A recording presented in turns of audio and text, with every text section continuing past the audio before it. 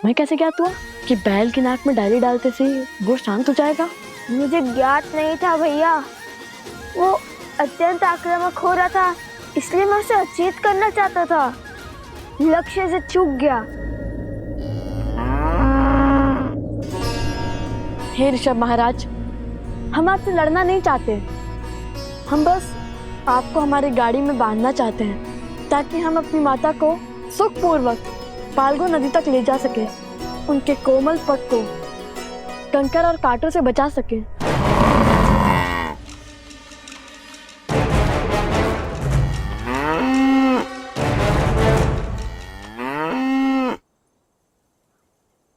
भैया लगता है मान गया।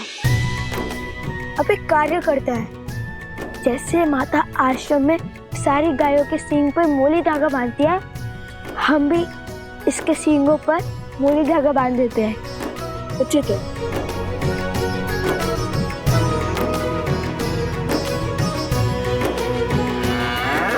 जाओ भैया। जा। सच्ची में जाओ? जा। सच्ची में? अरे जाओ।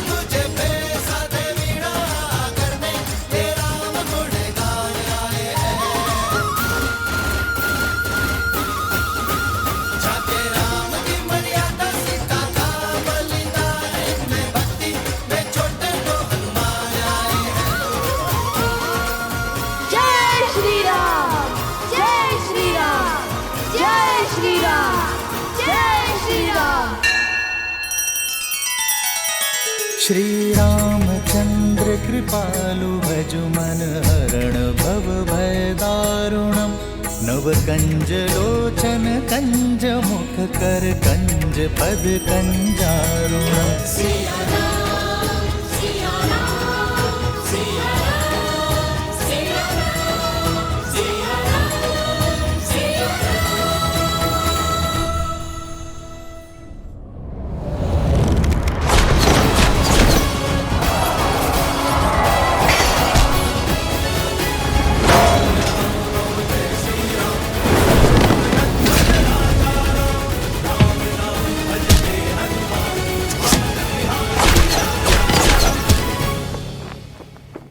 ओम विदात्मनि विद्याहे हिरण्यगर्भाय धीमहि तत्रो ब्रह्मा प्रचोदयात्।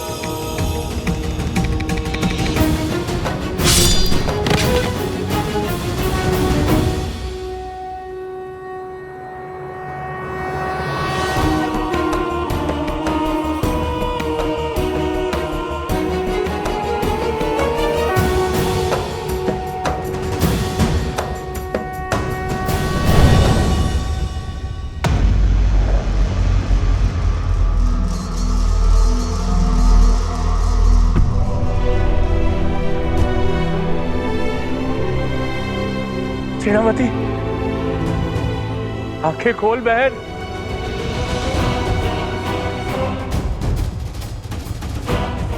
मुझे मेरी बहन चाहिए। क्या किया तुमने मेरी बहन के साथ?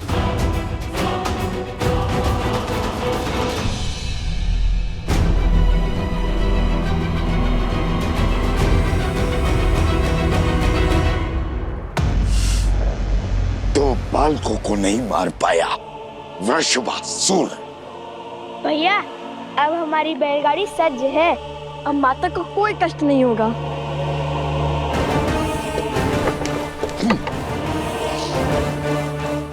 अब आज से तो केवल चंद्रबाहु से।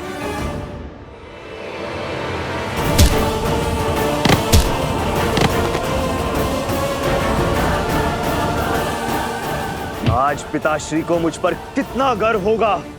मैं शीघ्र ही राम की मृत्यु का शुभ समाचार दूंगा।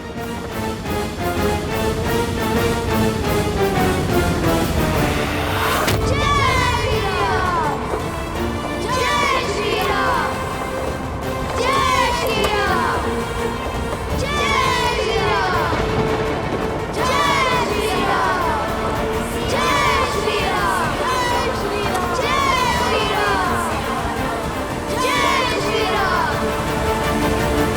सीता आ!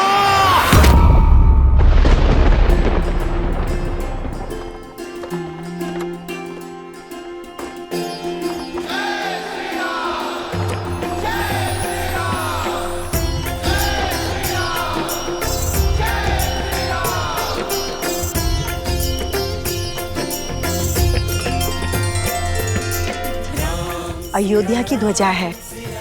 लगता है ऋषियों का कोई समूह उस पावन धरा में प्रवेश करने वाला है। आप कभी गई है वहां?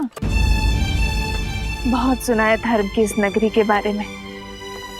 वहां के सुंदर सुंदर वन उद्यान, कल कल बहती सरयू नदी, इक्ष्वाकु वंशजों की बड़ी बड़ी प्रतिमाएं और राजा राम का सुंदर महल।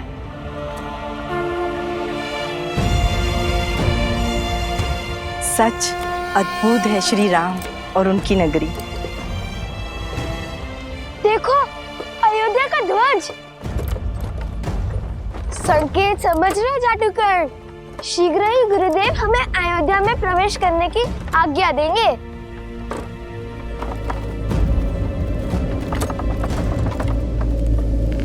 लगता है वातावरण बिगड़ने वाला है।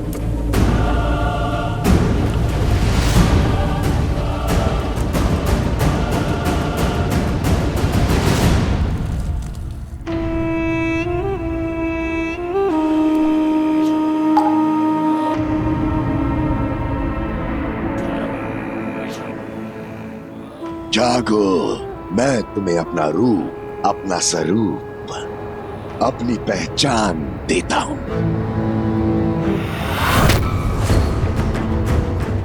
अपने महाराज को मेरा संदेश दो। इंद्र से जागने का समय आ गया है। अधर्म का आतंक फैलाने का समय आ गया है।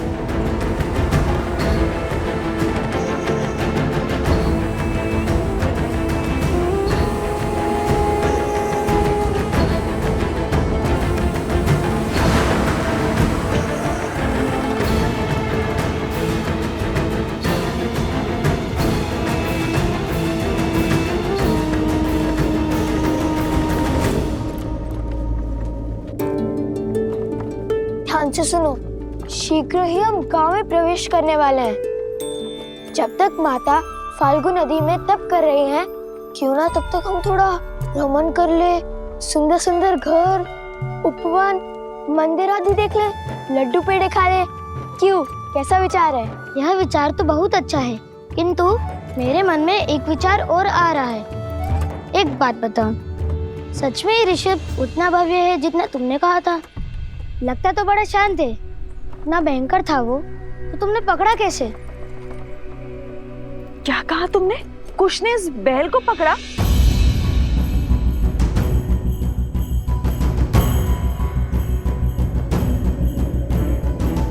सुना आपने गुरु माँ, कुश ने उस अनियंत्रित वृषभ को अपने नियंत्रण में लिया।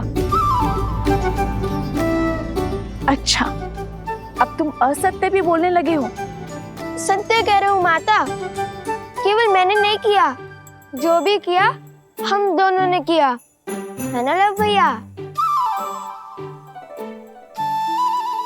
लव?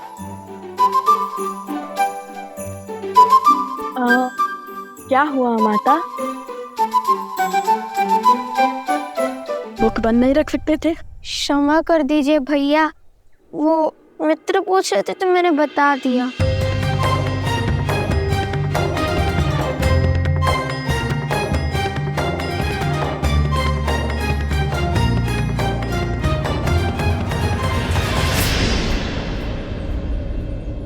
माता!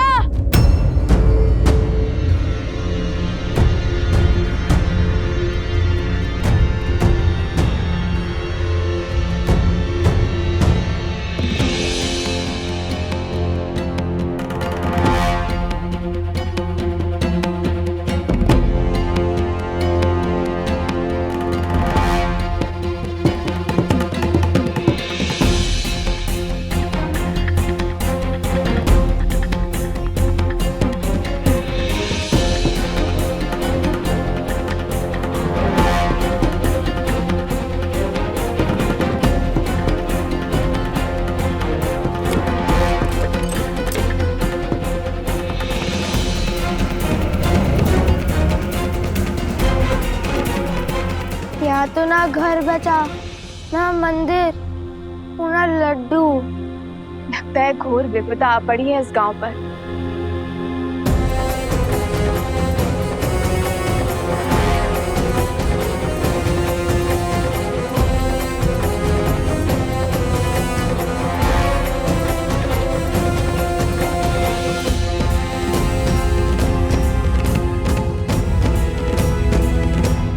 सब कुछ उजड़ा हुआ है माता, परंतु वो देखो उत्तर की ओर, वहाँ अभी भी एक वृक्ष है, घना वट वृक्ष।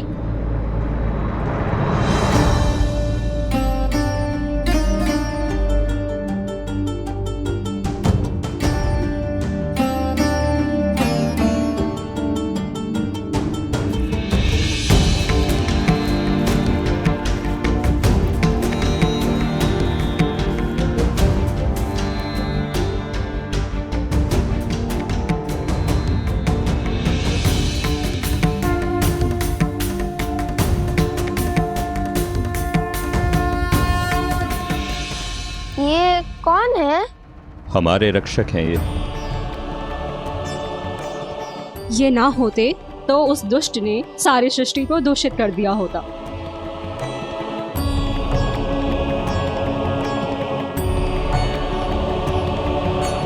माता, ऋषिवर कब से तपस्या में लीन होंगे? अनेक वर्षों से। आपको कैसे पता? गांव के प्रमुख ने मुझे सब बताया। बहुत उपकार किया है इन ऋषि ने इस क्षेत्र पर। इनके तपोबल से ही ये केवल एक वृक्ष जीवित रह पाया है, अन्यथा आसपास का सभी क्षेत्र विष से पीड़ित होकर रिक्त हो चुके हैं और जो बचे हैं उनको कोसों दूर चलकर जाना पड़ता है शुद्ध जल लाने के लिए।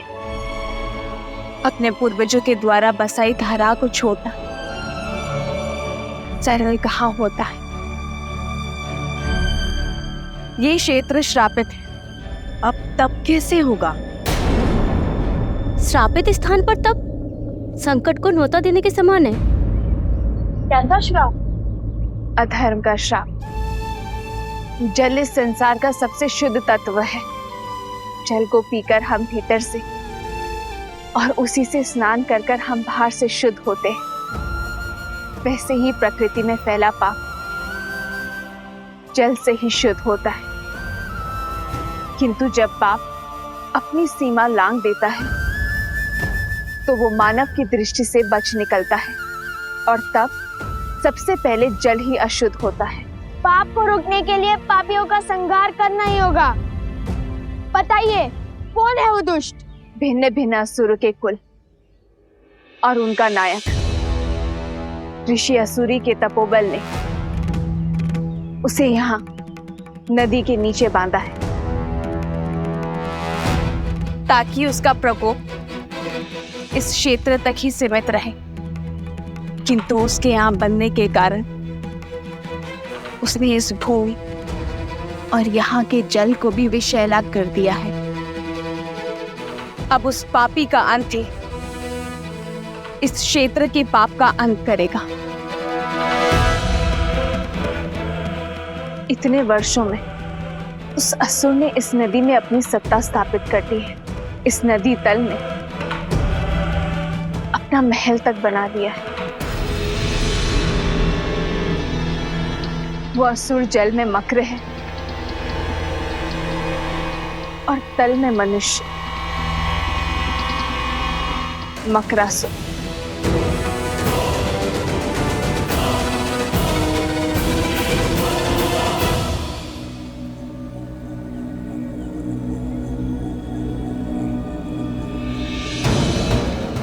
आओ मकरासुर, आओ, तुम्हारी ही प्रतीक्षा थी।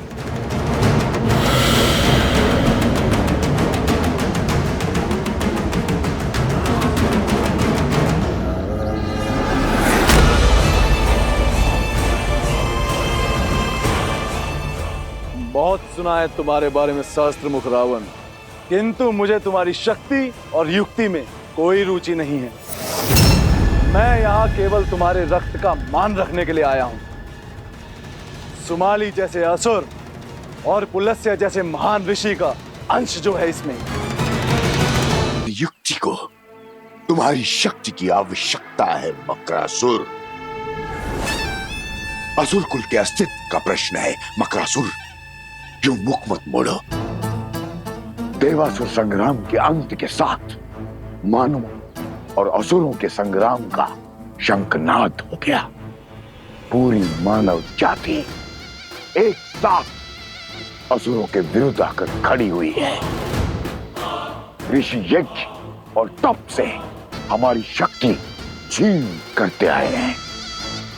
ऋषि साधारण मनुष्यों के सहायक बन बैठे हैं और मनुष्य ऋषियों के संरक्षक। जल के बाहर जो भी हो, मुझे उससे क्या। मैं अपने राज्य में सुरक्षित हूं। देखो, धरा पे एक ऐसा अकाल छाया है और यहाँ नीचे मैं साक्षात देवराज की भांति आनंद में मग्न हूं। ये राजपाट मेरे बल का प्रमाण है। गांव के गांव मेरे भय से खाली हो गए।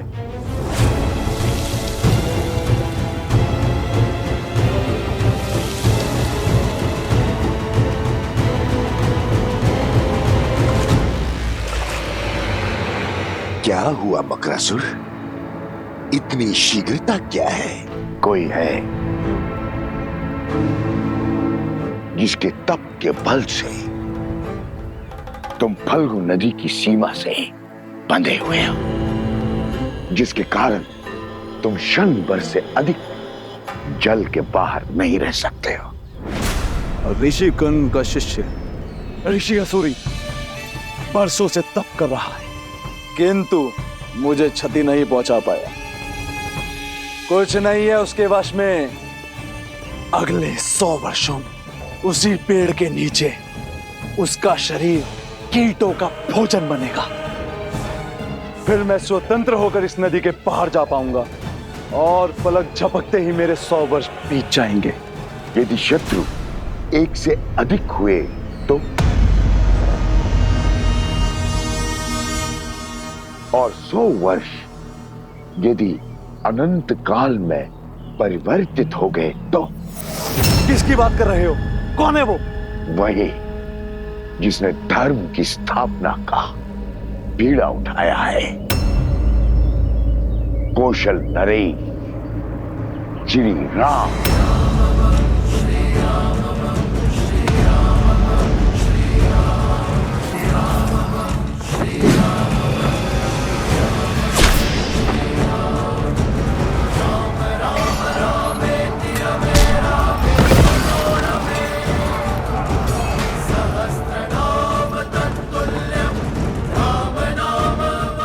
यही क्या वीर चंद्रबाहु का अंत हुआ?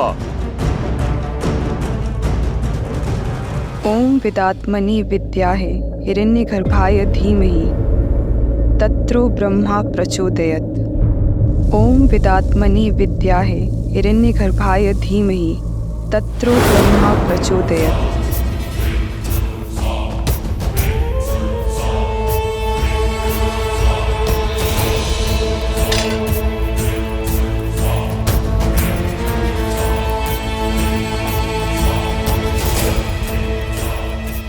तुम्हें क्या लगता है राम, तुम इतनी सरलता से मुझे मार पाओगे?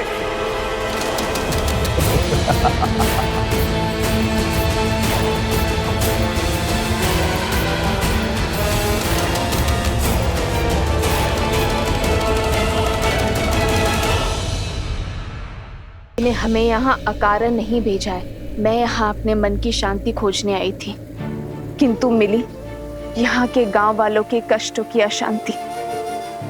मैं ये तप अपने लिए नहीं, गांव वालों के उत्थान के लिए करूंगी और आशा करती हूँ कि मेरा ये तप मकरासुर और उसके असुर के अंत का मार्ग प्रशस्त करे, फाल्गु नदी को उसकी पवित्रता और शुद्धता लौटाएगी। परंतु देवी, असुर आपको रोकने के लिए वार अवश्य करेंगे। हाँ वन देवी, हमें ऋषि असुरी के समीप ही रहना चाहिए। वो असुर ऋषि की सहायता के लिए आए हैं। जब ऋषि ही नहीं बचेगा तो किसकी सहायता करेंगे? और किसी में इतना तपोबल नहीं जो मुझे मार सके। एक बार असुरी मार्ग से हटा, फिर मैं स्वतंत्र हूं। किंतु मेरी सेना को थल पर तुम्हारी आवश्यकता होगी। मेरे रक्त की बूंदें अपने कार्य में लग चुकी है मकरासुर। तुम्हारी सेना के पास मेरी माया का बल है। अब वो धरा पर अपना आतंक फैला सकते हैं।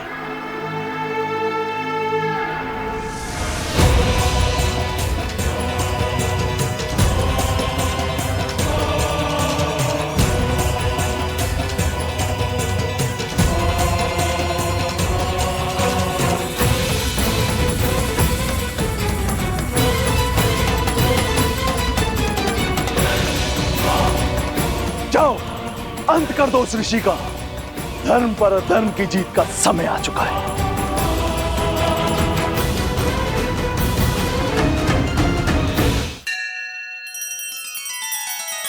श्री रामचंद्र कृपालु भजु मन हरण भव भय दारुणम।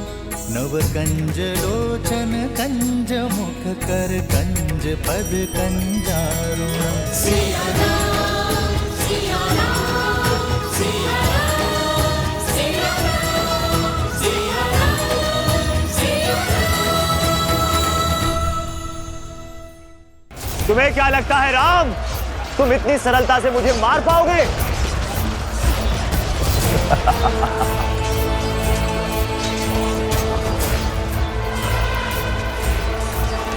अर्थात चंद्रबाहु की पत्नी का तप भंग नहीं हुआ है। अब तक तो अंगद को कार्य समाप्त कर देना चाहिए था। कहाँ हो तुम अंगद? ओम विदात्मनि विद्याय हिरण्यगर्भाय धीमहि तत्रो ब्रह्मा प्रचोदयात्। क्या करूं, कैसे इस पतिव्रता का तप भंग करूं कि गरिमा भी ना टूटे। माता, इस कन्या का अपहरण कर आपके पति ने बहुत बड़ा अधर्म किया है। उसे बचाने का नहीं, प्रभु श्री राम के हाथों मुक्ति दिलाने का प्रयास कीजिए। ओम विदात्मनि विद्याय हिरण्यगर्भाय धीमहि तत्रो ब्रह्मा प्रचोदयात्। ओम विदात्मनि विद्याय मंत्र पढ़ना बंद कीजिए, अन्यथा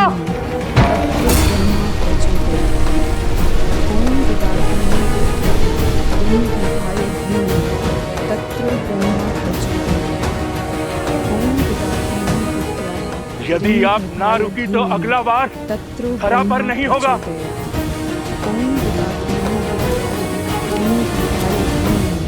तत्रो ब्रह्मा प्रचोदयात्।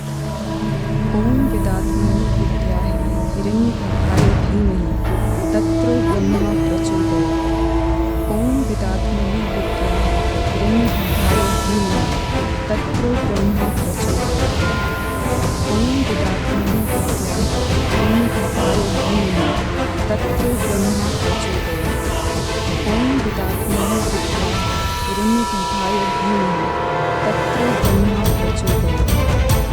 ओम विदात्मनि विद्याय हिरण्यगर्भाय धीमहि तत्रो ब्रह्मा प्रचोदयात्। ओम विदात्मनि विद्याय हिरण्यगर्भाय धीमहि तत्रो ब्रह्मा प्रचोदयात्। ओम विदात्मनि विद्याय हिरण्यगर्भाय धीमहि। माता के लिए पुत्रों के संरक्षण से बड़ा कोई सुरक्षा कवच हो ही नहीं सकता। माता, आप निर्भीक होकर अपना तप आरंभ करें। माता, हम आपकी रक्षा करने के लिए सज हैं। जब तक आपका तप पूरा नहीं हो जाता, हम बनेंगे आपकी ढाल। और मेरे तप का अंत होते ही मुझे उस वन्य वृषभ की पूरी कथा सुननी है।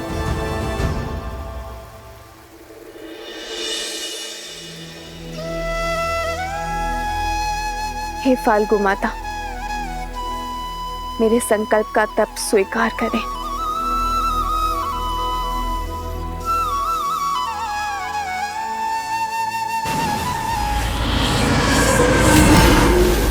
वो देखो, मकरासुर की सेना आ गई है।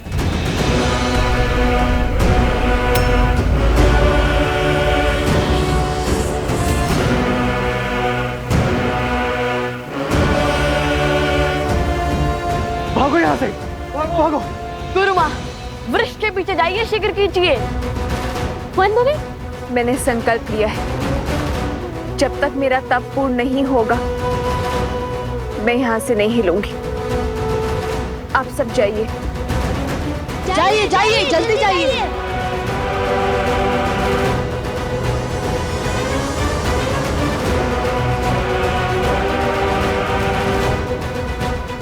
अब क्या करें भैया? वही जो धर्म कहता है। कुश, तुम यही माता के पास रुको, मैं इनकी रक्षा करता हूँ। ला, सबकी सुरक्षा करना। जी माता।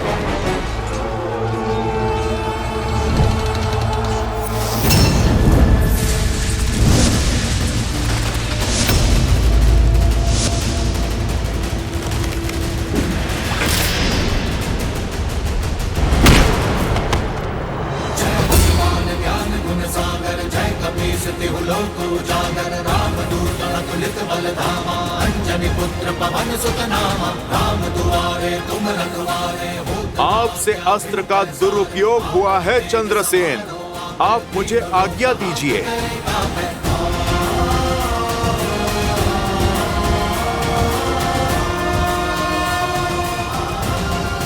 जय श्री राम।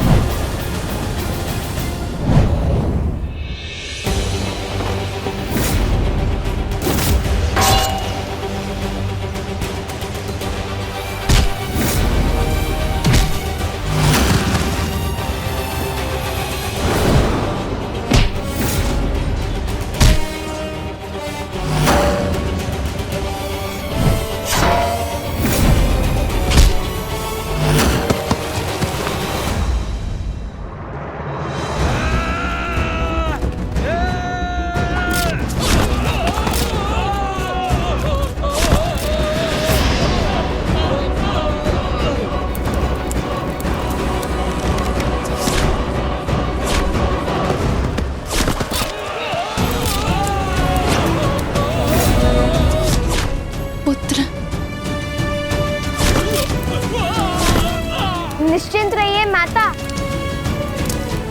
आप जानना चाहती थी ना हमने उस ऋषभ को कैसे पकड़ा था? अब मैं बोलकर नहीं कर दिखाऊंगा।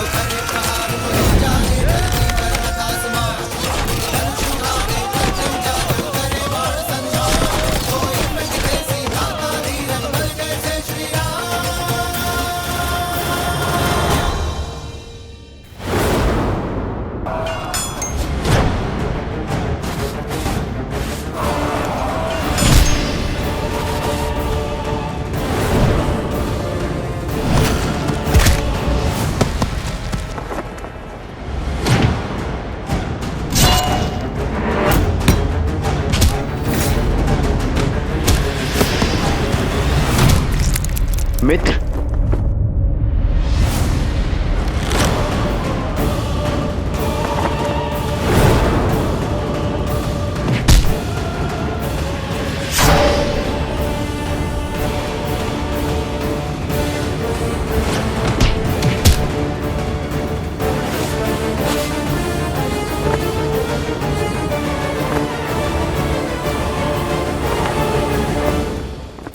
कुश, ऋषिवर की रक्षा करो, मैं सुरक्षित हूँ। किंतु माता, भैया का आज्ञा था कि... भैया की आज्ञा नहीं, अपनी माता के आदेश का पालन करो, ऋषिवर की रक्षा करो और अपने मित्रों को बचाओ। अपनों से पहले अपने लोगों की रक्षा करना तुम्हारा दायित्व है। जाओ।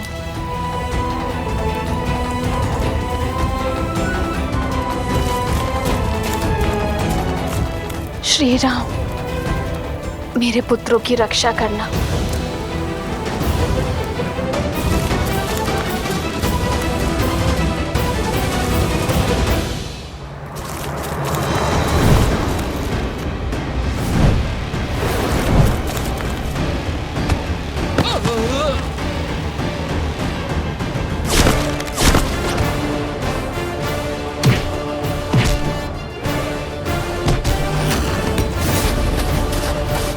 मुझ तक पहुंचना ही दुर्लभ है वानर। जय श्री राम।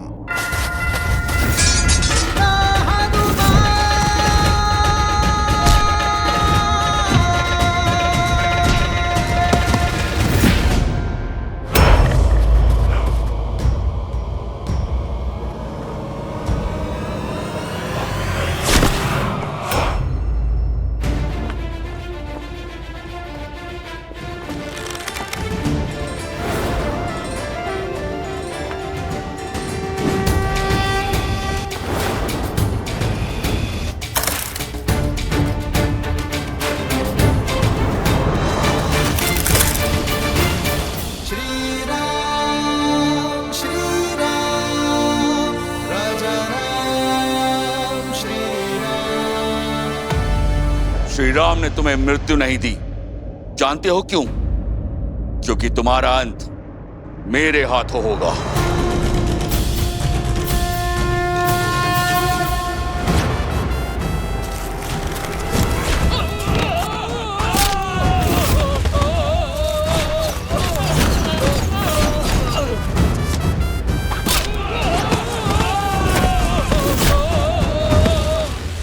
वन देवी के पुत्रों के सामने वन के अपमान का दुस्साहस।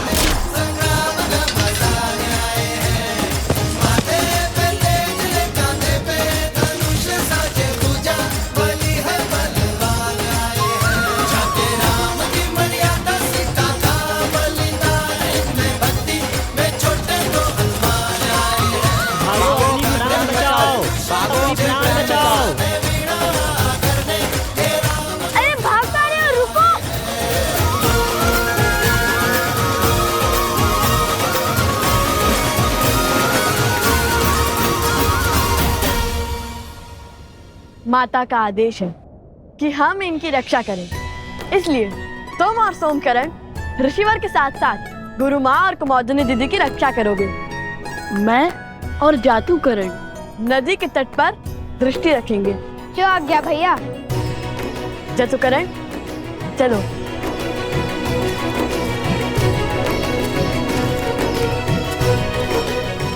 अगर शांडिल्य होता तो कितना अच्छा होता। हमारी वीरता देख उसे विश्वास हो जाता कि हमसे बड़ा कोई राम भक्त नहीं है। देखा ना आपने कितना सटीक लक्ष्य भेजा मैंने। अच्छा, एक लक्ष्य साधने से सबसे बड़े राम भक्त बन गए। और क्या, माता कहती है जो अपने आराध्य अपनी पूज्य का गुणगान करता है वो तो भक्त होते ही हैं, और परम भक्त वो होता है जो अपने ईश्वर के गुणों को व्यवहार में ग्रहण करते हैं। उचित कहा कुश। गुणगान और गायक तो मैं हुई सर्वश्रेष्ठ, बाकी सब गुणों के लिए भैया है ना।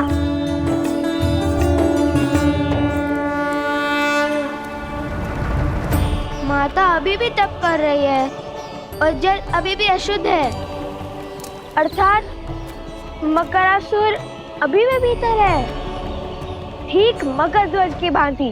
मकर ध्वज? हाँ, मकर ध्वज। सुनाऊं इसकी कथा?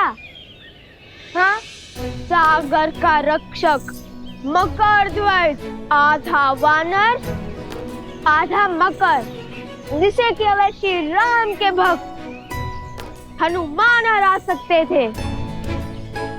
और कहानी का विचित्र मोड़ जानते हो? वह साक्षात हनुमान जी के पुत्र थे। किसके पुत्र हो तुम? आप मेरे पिता हैं। उनके श्वेत एक मगरमच्छी ने खा लिया था। ऐसे उत्पन्न हुआ मकर ध्वज। वैसे भी मैं और लव भैया कौन सा हनुमान जी से कम है? हम भी तो राम जी के परम भक्त हैं। और वैसे हो सकता है ये मकरासुर मेरा या लव भैया का पुत्र हो।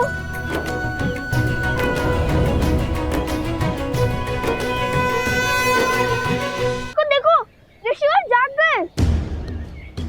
प्रणाम ऋषि असुरी, क्या आपकी तपस्या पूर्ण हो गई? अरे कहाँ जा रहे हैं? क्या आप मुझसे क्रोधित है? कुछ तो कहिए। कुश, ऋषिवर कह रहे हैं हम यहीं रुके। वो दूर बैठकर अपना तप पूर्ण करना चाहते हैं। नहीं नहीं नहीं नहीं, हम भी उनके साथ वहाँ चलते हैं। संकेत की भाषा भली भांति समझता हूँ मैं, है ना सोमकरण?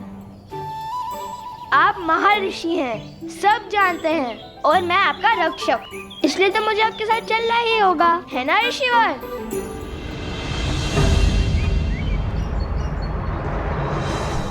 वर्षों से तप में लगा हूं। आंधी, बाढ़, असुर भी मेरे तप को तोड़ने में सक्षम नहीं हुए, किंतु तुम उनसे भी अधिक शक्तिशाली हो।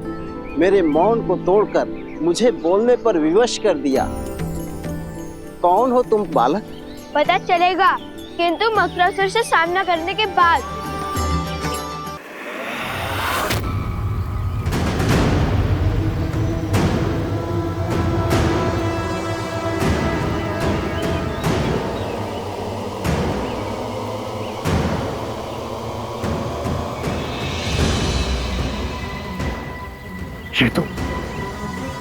ये तो मानव का रक्त नहीं है। जानता हूं मैं, ये मेरे राक्षसों का लहू है।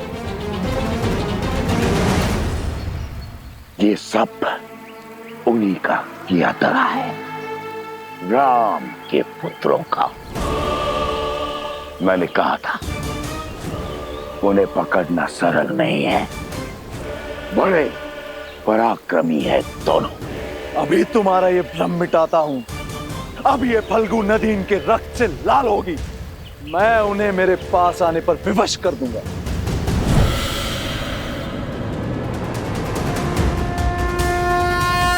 सिया राम।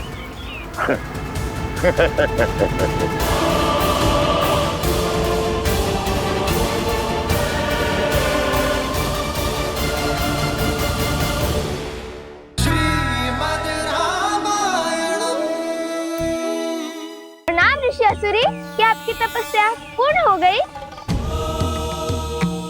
अरे कहाँ जा रहे हैं? क्या आप मुझसे क्रोधित है? वर्षों से तप में लगा हूं। आंधी, बाढ़, असुर भी मेरे तप को तोड़ने में सक्षम नहीं हुए, किंतु तुम उनसे भी अधिक शक्तिशाली हो। मेरे मौन को तोड़कर मुझे बोलने पर विवश कर दिया। कौन हो तुम बालक? पता चलेगा, किंतु मकरासुर से सामना करने के बाद। देखते हैं किसे पिता कहकर पुकारता है वो। तुम विवाहित हो? ना ना ना ना, ना हम विवाहित हैं और ना श्री राम के भक्त हनुमान जी। कथा सुनाने का समय नहीं है। अयोध्या जाकर हनुमान जी को थोड़ा आराम देंगे। उन्हें श्री राम के चरणों से हटाकर मैं और मेरे भैया बैठ जाएंगे। लगता है आप समझे नहीं, रहने दीजिए। आप तप कीजिए और मैं अपनी माता की आज्ञा का पालन कर आपकी रक्षा करता हूँ।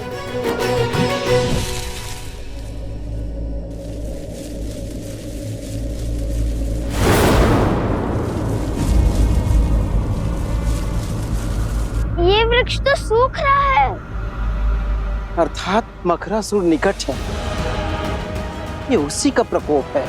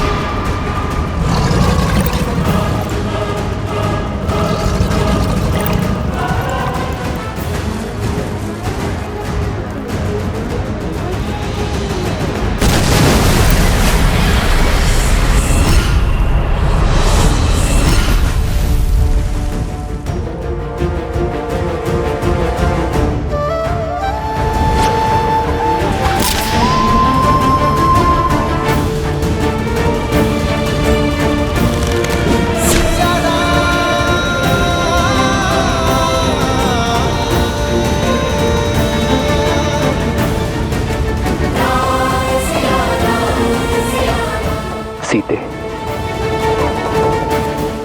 माता, माता।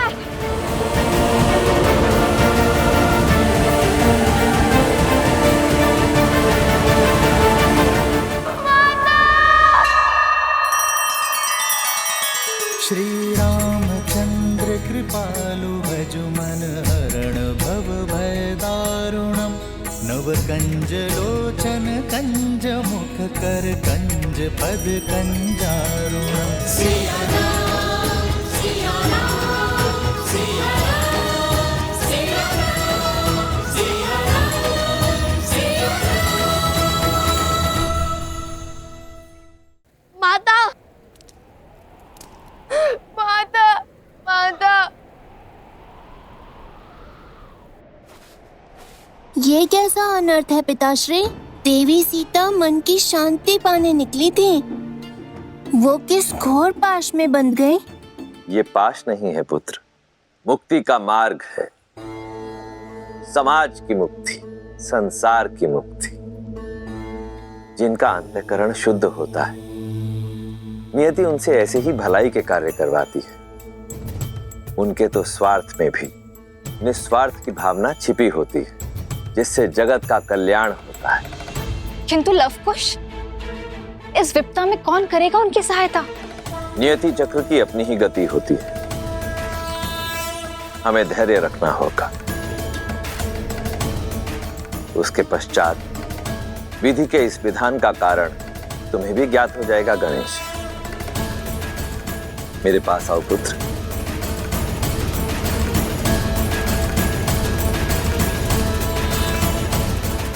वन देवी, वन देवी, माता, वन देवी।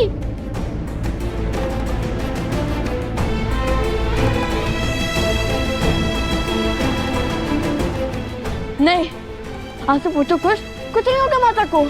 किंतु जल में तो माता देवी फाल्गु का जाप कर रही है, कुछ नहीं होगा उन्हें। और अब मैं उन्हें बचाने जाऊंगा। देखो, जल में कूदने से कोई लाभ नहीं होगा। जल में मकरासुर की शक्ति का सामना करना असंभव है। उस दुष्ट को हराना है तो उसे उसके साम्राज्य से, इस नदी से बाहर निकालना होगा।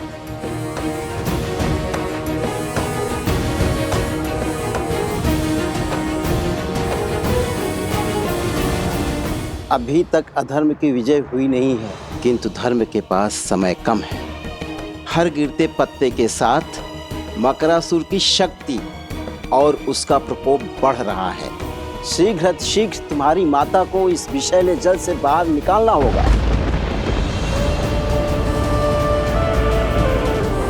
सीते,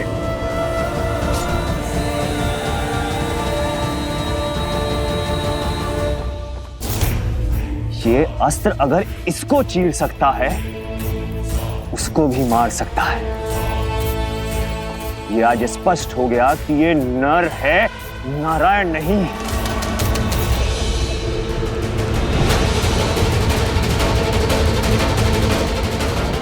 प्रभु,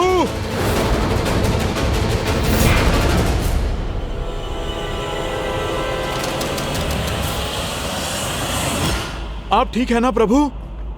मन बार बार किसी अनिष्ट की ओर संकेत कर रहा है हनुमान, किंतु युद्ध भूमि में लड़ रहे योद्धा को संसार की कोई उलझन उलझा नहीं सकती। यह धर्म युद्ध है, तन और मन दोनों छोड़ने होंगे। किंतु अंगद नहीं लौटा हनुमान, वो अवश्य ही किसी संकट में है। जाओ हनुमान और अपने शिष्य की सहायता कर। प्रभु, किंतु मैं आपको छोड़कर कैसे? बड़ा मायावी है ये चंद्रबाहु। चाहे आप जितने भी प्रहार करो, क्षण भर में इसका घाव भर जाता है। उसकी शक्ति हमारी सेना पर भारी पड़ रही है। पाप पुण्य पर हावी अवश्य हो सकता है हनुमान, किंतु उससे जीत नहीं सकता। जब समस्या का समाधान ना निकले तो दृष्टि नहीं, दृष्टिकोण बदलना चाहिए। जब समस्या का समाधान ना मिले तो दृष्टि नहीं, दृष्टिकोण बदलने की आवश्यकता होती है। यही कहती है ना हमारी माता।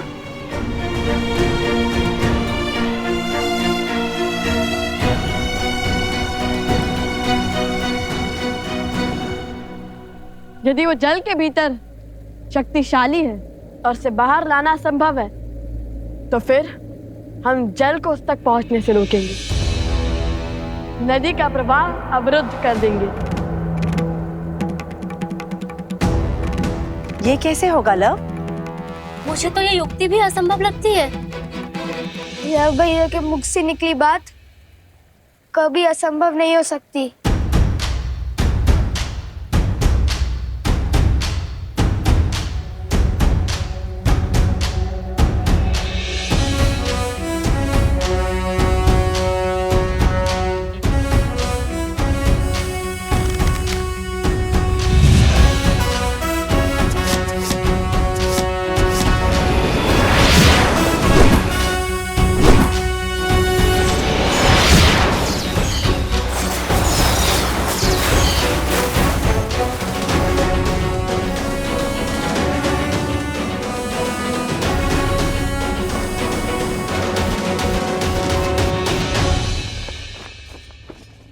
जिसे अब तक मेरे हनुमान के प्रहार रोक रहे थे,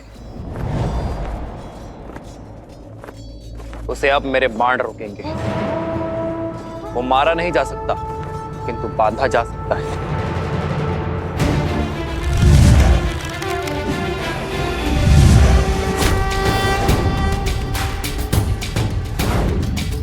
श्री रामचंद्र कृपालु भजुमन हरण भव भय।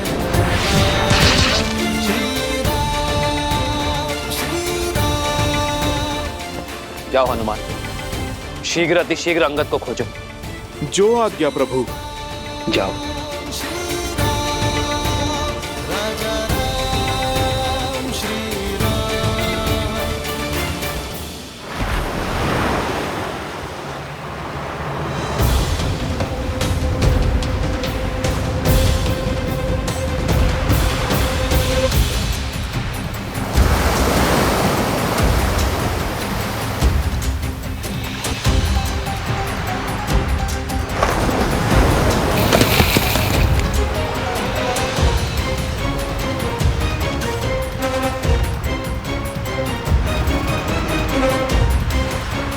जल का प्रवाह बहुत तीव्र है, इस पे सेतु बनाना संभव नहीं है लवकुश।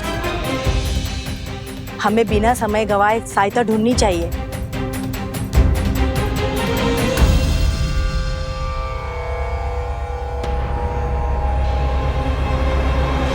अब हरी पत्तियां कुछ शेष ही रह गई हैं।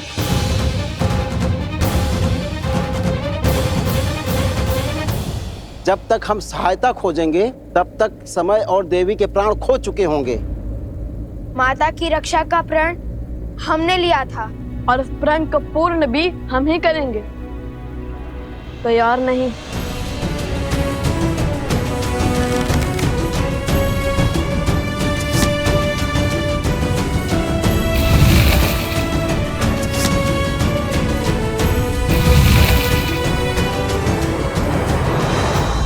आप सब हर बाण पर राम नाम लिखो। राम नाम में शक्ति है, वो सेतु बना सकता है, जल आश्रम तक पहुंचा सकता है, तो जल को रोक भी सकता है। अति उत्तम कुश। हम बांध को दोनों छोर से बनाना शुरू करेंगे और बीच में आ मिलेंगे। इससे नदी का प्रभाव बीच से निकल जाएगा और किसी एक और अधिक दबाव भी नहीं बनेगा।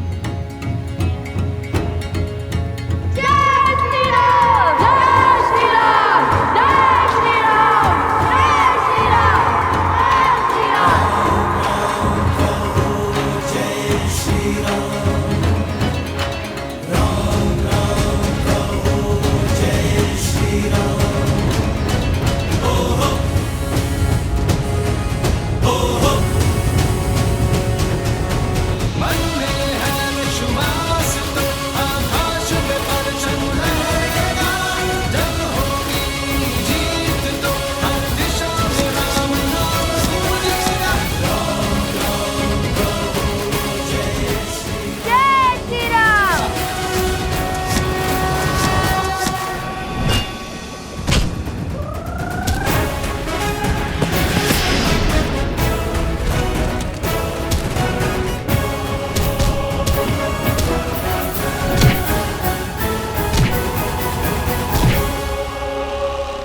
अभी भी समय है चंद्रबाहु, आत्मसमर्पण कर दो, अधर्म का मार्ग छोड़ दो, वानर राज सुग्रीव और उसकी पुत्री से क्षमा मांगो। यदि उन्होंने तुम्हारे दुस्साहस को क्षमा योग्य माना तो ये युद्ध अभी इसी क्षण समाप्त हो जाएगा। तुम्हें दंड अवश्य मिलेगा, किंतु तुम्हारे प्राण बच जाएंगे। अपने पापों से मुक्त हो जाओगे तुम और तुम्हारे शब्द। पहले मेरे पिता की माया, फिर उनके शब्दों ने तुमसे तुम्हारा बल छीन लिया। जो जो वचन तुमने अपनी पत्नी को दिए थे, उन सबको तोड़ने पर विवश कर दिया। मैं सदा और अपने परिवार का पोषण और कल्याण में रत रहने का वचन देता। मैं सदा निष्ठावान रहूंगा, आपके या आपके परिवार पर आने वाली हर संकट की ढाल बनूंगा। रणनीति में मेरे पिता से हारे, रणभूमि में मुझसे हारोगे। इस संसार में स्त्री की इच्छा के विरुद्ध उसे बांधने, उसका अपहरण करने से बड़ा कोई पाप नहीं। इसलिए कोई भी बल, कोई छल तुम्हें आज बचा नहीं सकता चंद्रबाहु। इसलिए व्यर्थ की बातें छोड़ो, कोई लाभ नहीं है इनका। लाभ तो बंदी बनाने का मुझे भी नहीं है राम। देखो, अंत की ओर बढ़ रही है तुम्हारी सेना। आज अयोध्या के और किष्किंधा के हर एक योद्धा को यहीं त्रिलोकपुरी में गाड़ दूंगा।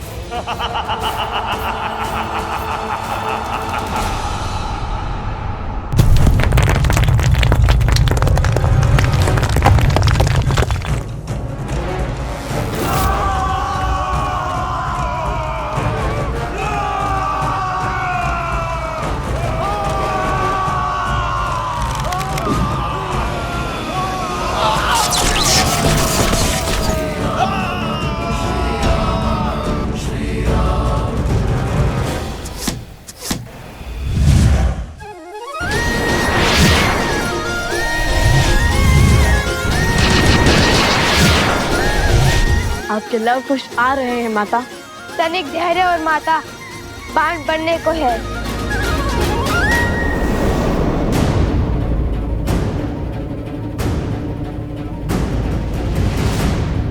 ये कोई असुरी माया तो नहीं?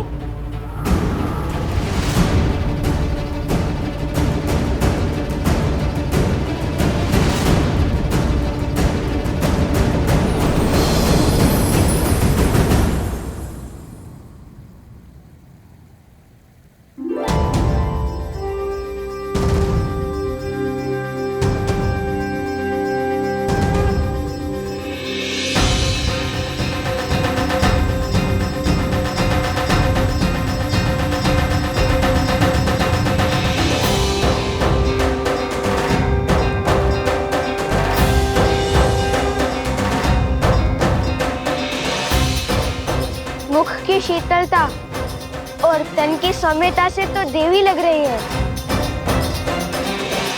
देवी फल्गु, ऋषि असुरी का प्रणाम स्वीकार करें। देवी फाल्गु?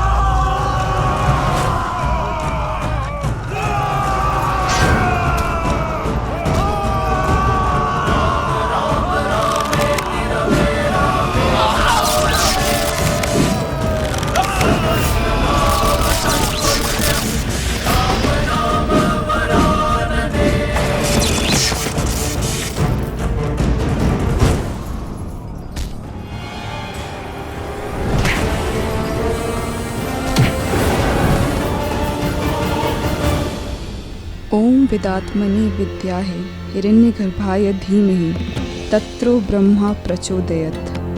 ओम विदात्मनि विद्याहे हिरण्यगर्भाय धीमहि तत्रो ब्रह्मा प्रचोदयत्।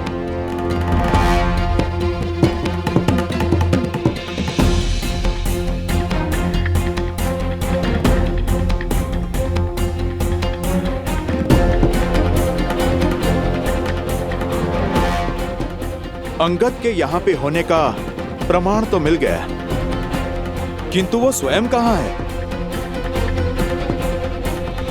अंगद! अंगद! अंगद! अंगद!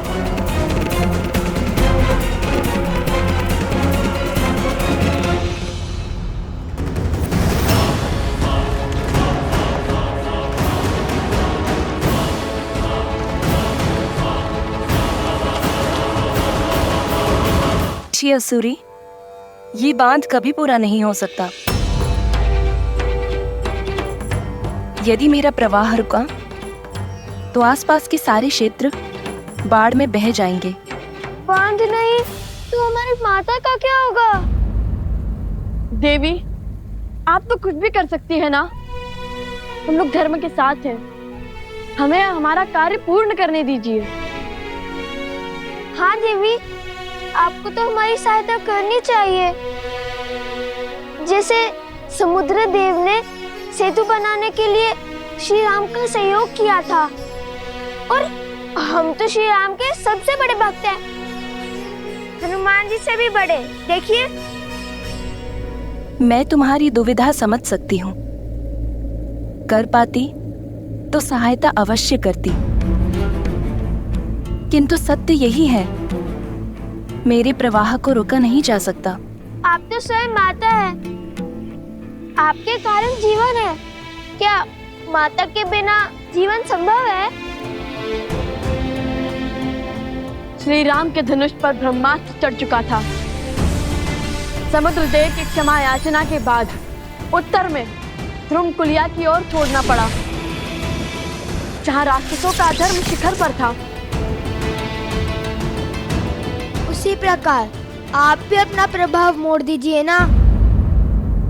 बहाना ही है तो धर्म के बल से अधर्मियों को बहाइए।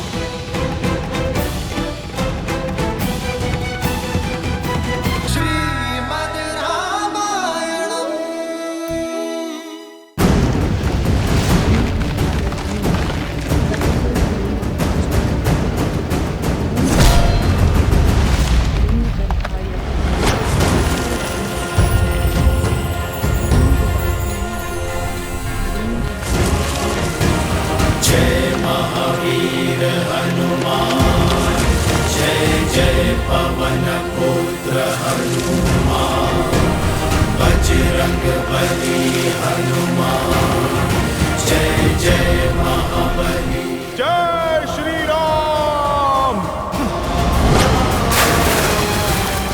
अंगद,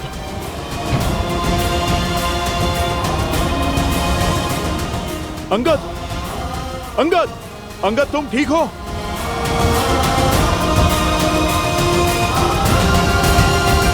तुम ठीक हो अंगद? सांस तो चल रही है।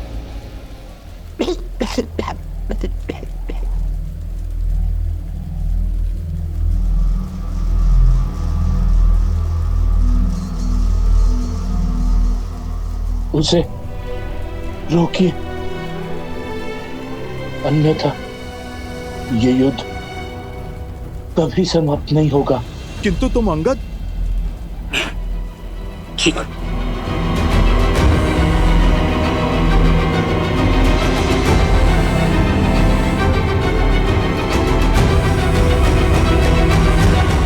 ऋषि असुरी, ये बांध कभी पूरा नहीं हो सकता। मना मत कीजिए देवी। मान जाइए, आपको हमारी सौगंध।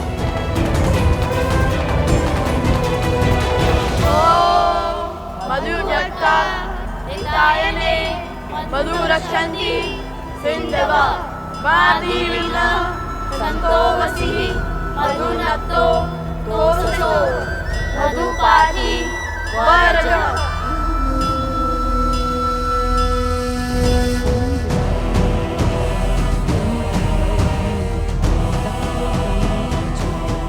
देवी, आप पत्नी धर्म की आड़ में अधर्म कर रही हैं।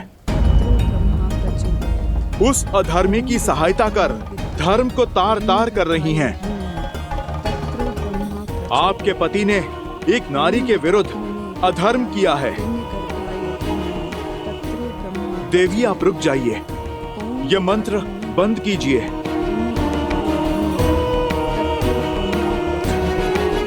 तो आप ब्रह्म मंत्र का जाप कर रही हैं? उचित है, मैं आपको रोकूंगा नहीं, मैं भी मंत्र जाप करूंगा। आप जानती हैं वो भी किसका? देवी सरस्वती का। वही तो हैं ब्रह्मदेव के मंत्र की काट।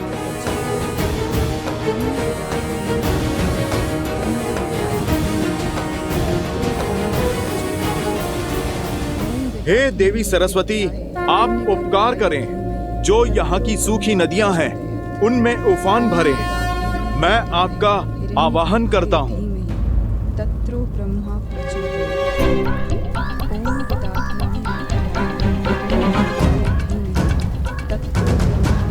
माता, आप आइए ना, बहा के ले जाइए इन असुरों को और इनके साथ चंद्रबाहु को भी।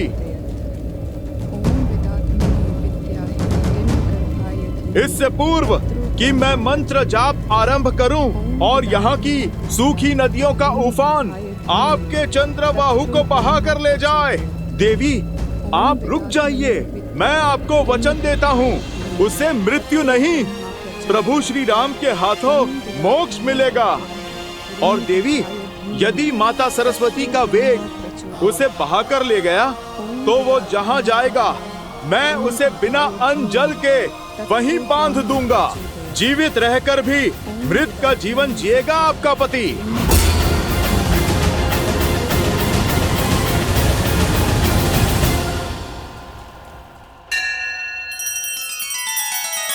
श्री रामचंद्र कृपालु भजु मन हरण भव भय दारुणम।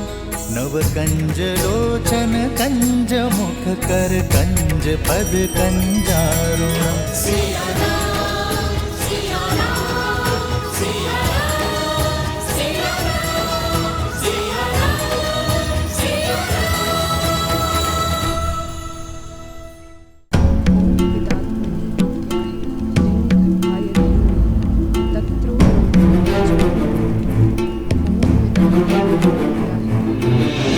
मन में आए इस विचार के पीछे अवश्य ही प्रभु की कोई लीला होगी।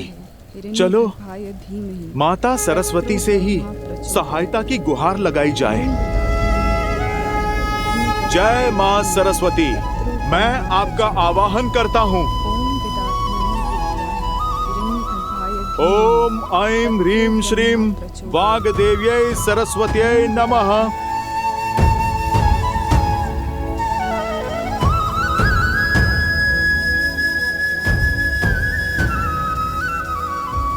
महापवित्र सरस्वती नदी की सहायक नदियां हैं, जहां असुरों का साम्राज्य फैला है।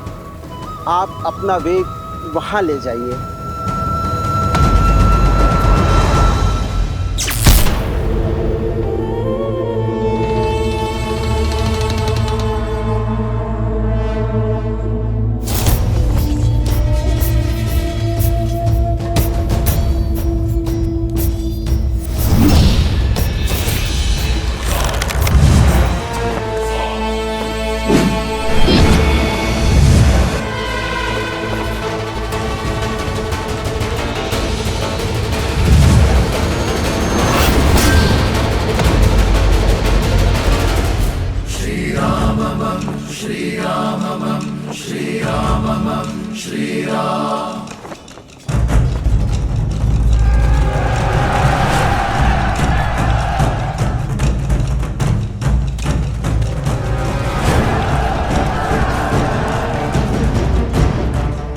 अब क्या करोगे राम?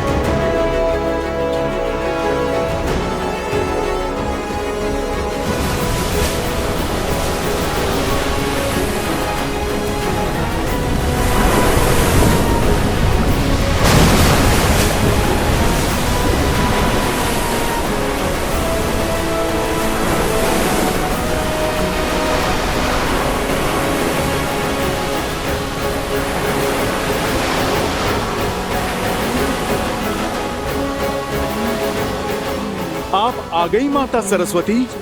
आप धन्य हैं आप।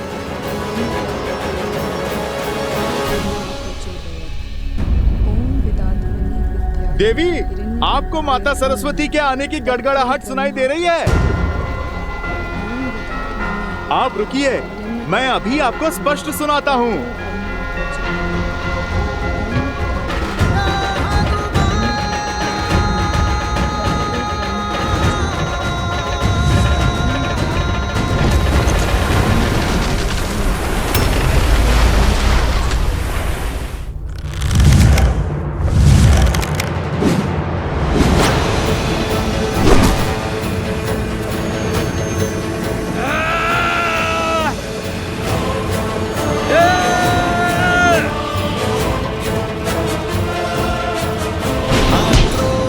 जोश क्रोध का ये क्षण है प्रतिशोध का, ललकार और पुकार का ये क्षण है अति विरोध का।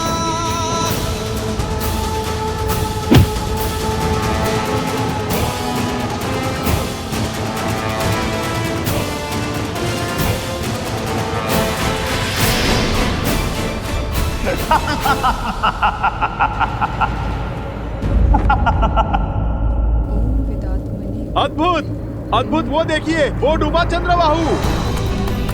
अरे आप देखिए देखिए, ये जल का वेग कहाँ लेकर जा रहा है उसे। ये तो लगता है सृष्टि के उस छोर पर चला। चलिए, मेरा कार्य तो आरंभ हुआ, अब मैं उसे खोजकर बांधता हूँ। माता, मैंने तो आपको अवसर दिया था, अब आप मुझे आज्ञा दें। यदि आप मान जाती तो आपके पति मोक्ष पाते, किंतु अब तो उसे क्षण क्षण मरना होगा मेरे पास में। स्वामी,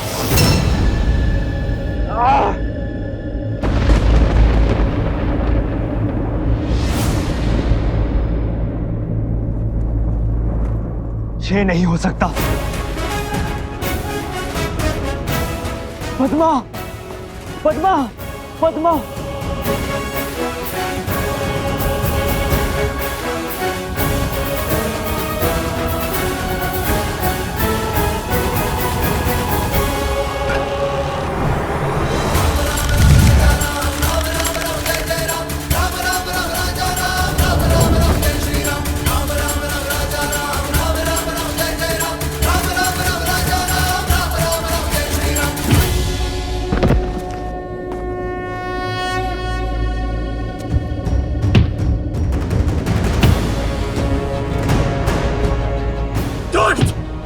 दुराचारी!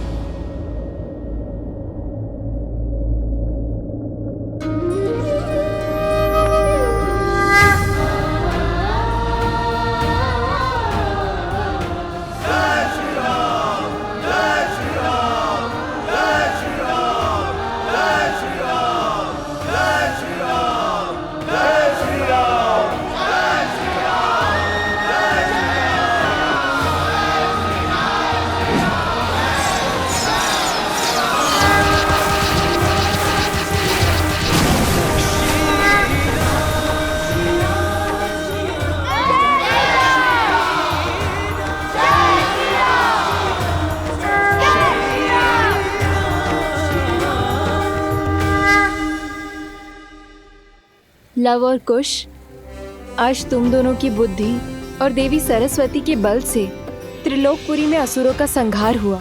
सहायता के लिए धन्यवाद देवी। मेरा आशीर्वाद सदा ही तुम दोनों के साथ है।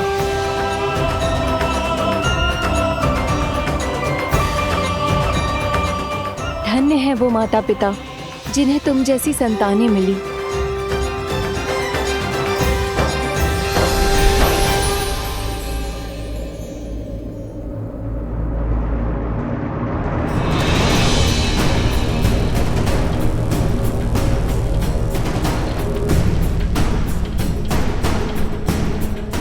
ये क्या है?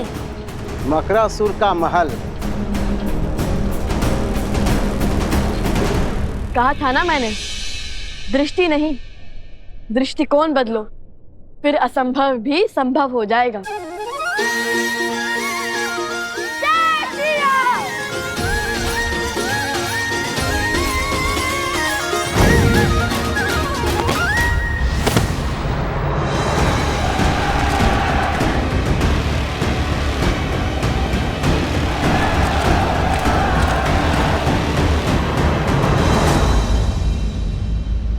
रुक क्यों गए महादेव, वो भी कथा के इस रोचक मोड़ पर? रुका मैं नहीं गौरी, रुका तो बुद्धि के देवता गणेश के विचारों का प्रवाह है। गणेश, किस विचार ने घेर लिया तुम्हें? माता, हनुमान जी ने माता सरस्वती का आवाहन किया और बाढ़ आ गई, असुरों को अपने साथ बहा ले गई। किंतु बाढ़ तो लवकुश के प्रयासों का फल भी हो सकता है। यदि वो दोनों फल्गु पर नहीं होते, क्या तब भी माता सरस्वती बाढ़ लाती? सूर्य अपने आकर्षण से धरती और चंद्रमा को खींचता है गणेश, और धरती और चंद्रमा अपने बल से सूर्य को खींचते हैं। यही प्रकृति का संतुलन है। इस कथा में भी हर कड़ी एक दूसरे से जुड़ी हुई है। संसार में जहां कहीं भी भलाई का कार्य होता है, वो भलाई के अन्य कार्यों को प्रोत्साहन अवश्य देता है।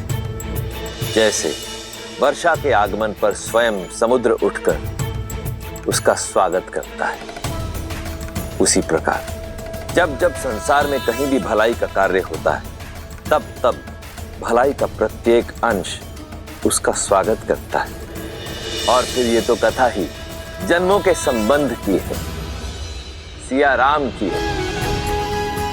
वो दोनों भले ही एक दूसरे से दूर हों, परंतु फिर भी एक दूसरे की भलाई का मार्ग अवश्य खोज निकालते। अर्थात यदि एक व्यक्ति के सुकर्म दूसरों को प्रोत्साहन दे, तो धर्म की ये कड़ी अधर्म को धराशायी कर सकती है। हाँ पुत्र। अद्भुत, समझ आया। अब आगे की कथा सुनाइए ना पिताश्री। अवश्य। ये लो तुम्हारा उपहार।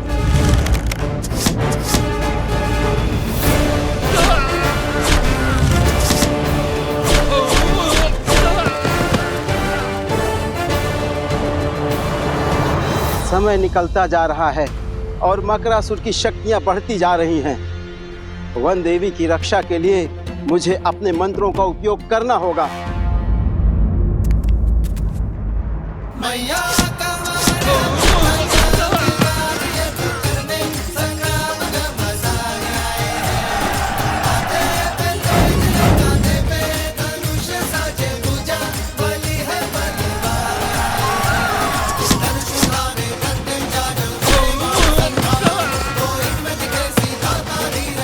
अति उत्तम।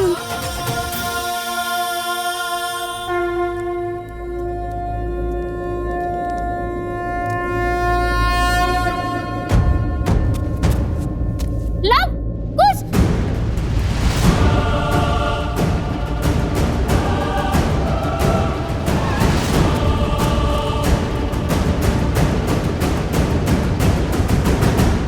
हमें उनकी सहायता करनी होगी, किंतु कैसे? हमारे पास तो अस्त्र भी नहीं है। कोई मार्ग तो खोजना होगा। हमारे तीर समाप्त होते जा रहा है, क्या करेंगे? शक्ति के साथ साथ युक्ति भी लगानी होगी कुछ। हमारे बाण समाप्त होते जा रहे हैं, किंतु ये असर नहीं।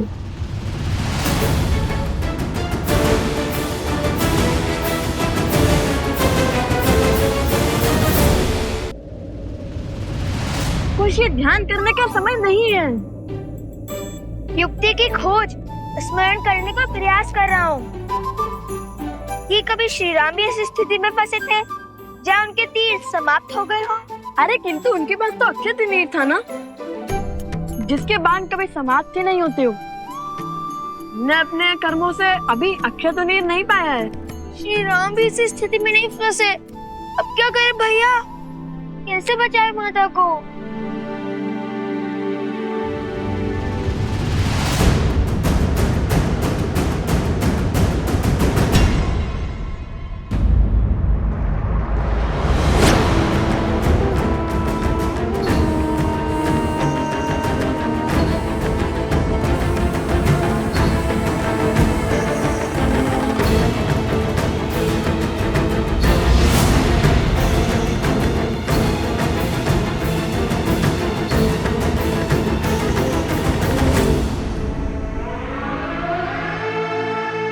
जाओ मकरासुर, तोड़ो सीता का तप। ये तप ही है जो धर्म को बल दे रहा है। ये टूटा तो हमारी विजय और इसके पुत्रों की मृत्यु निश्चित है।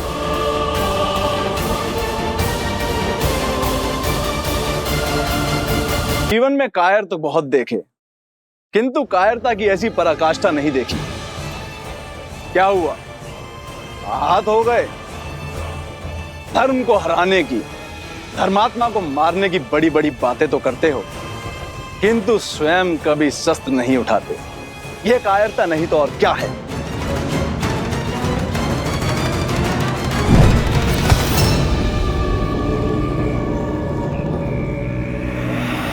ये है तुम्हारा अस्त्र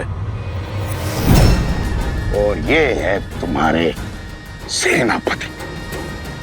हर योद्धा का अपना अस्त्र और अपना शस्त्र होता है, किंतु हाथ में थामा हर शस्त्र टूटकर बिखर सकता है, जलकर स्वाह हो सकता है।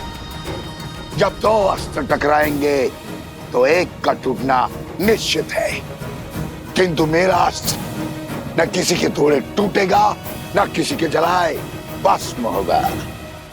ऐसा कौन सा अस्त्र है आपके पास? शब्दों का अस्त्र, वचनों के बाण। वो शब्द, वो वचन जो बड़े से बड़े साम्राज्य को धराशायी कर सकते हैं। बिना खड़ग उठाए हजारों लाखों जीवन पल में निगल सकता है।